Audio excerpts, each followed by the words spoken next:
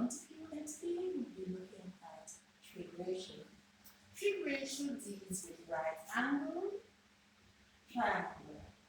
We need a whole different process to use non-right angle triangle, but today we'll be looking at a right angle triangle. Let us revise. Here we have a right angle triangle. This we normally use as the base, the height, and the hypotenuse. But when we look at trig ratio, we don't call them the base or the height because right angle triangle, when we look at trig ratio, we're looking at the angle in relations to the side. So if we let us take this angle, let us call it alpha. Alpha, so we look at the side opposite alpha, and then what we call that opposite. And the side that alpha sits on, we call that the adjacent. When we look at trig ratio, we look at three things. We look at sine, cosine, and tangent. What is sine? Sine of an angle is opposite over the hypotenuse. Cosine is adjacent over the hypotenuse, and tangent is opposite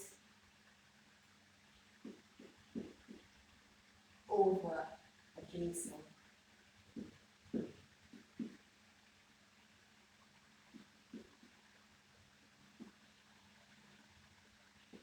Let's be consistent with your angles. Now we ask yourself, how do we find an angle?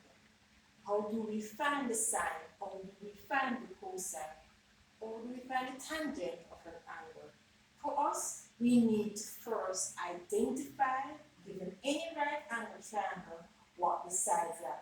We need to remember that sine is opposite over hypotenuse, cosine adjacent over hypotenuse, and tangent opposite over adjacent. Let us look at a triangle.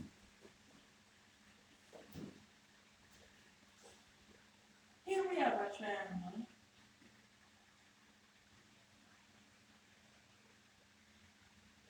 And we're going to label our sides. Let's call this side P, Q, R. And here is our angle, theta. And we are asked what is sine theta. Sine is opposite over hypotenuse. So the sine of the angle is opposite. The hypotenuse always faces the right angle. We know that from the Pythagoras theorem. So opposite would be R, and the hypotenuse is Q. Cosine or cos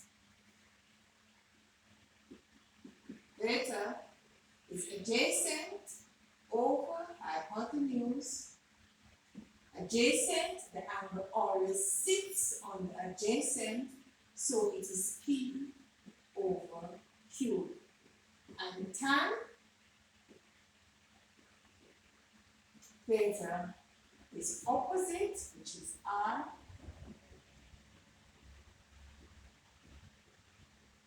over adjacent, which is P. Once you can remember that opposite faces the angle and adjacent, the angle sits on the adjacent, you are on your way to solving any right angle triangle using, once it's a right angle triangle, we can always find a side or an angle. Let us demonstrate this.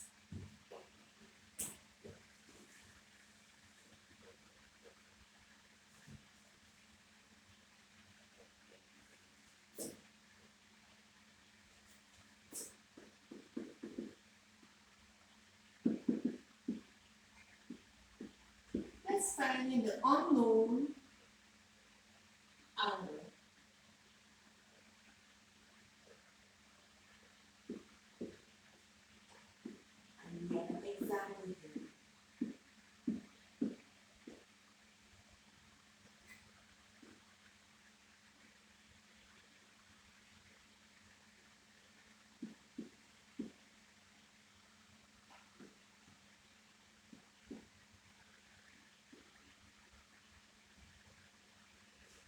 Here we are given a right-angled triangle and we are asked to find the unknown angle.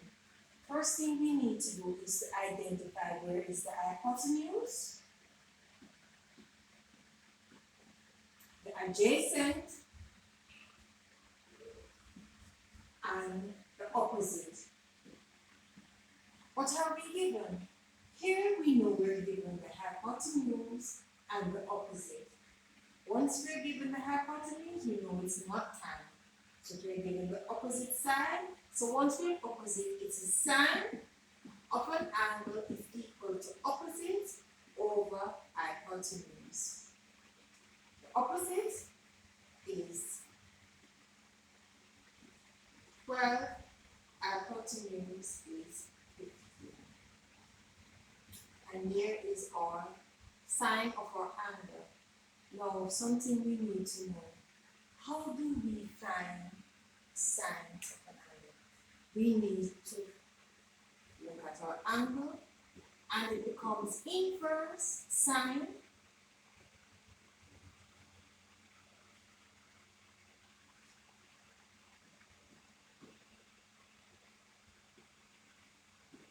inverse 12 over 15.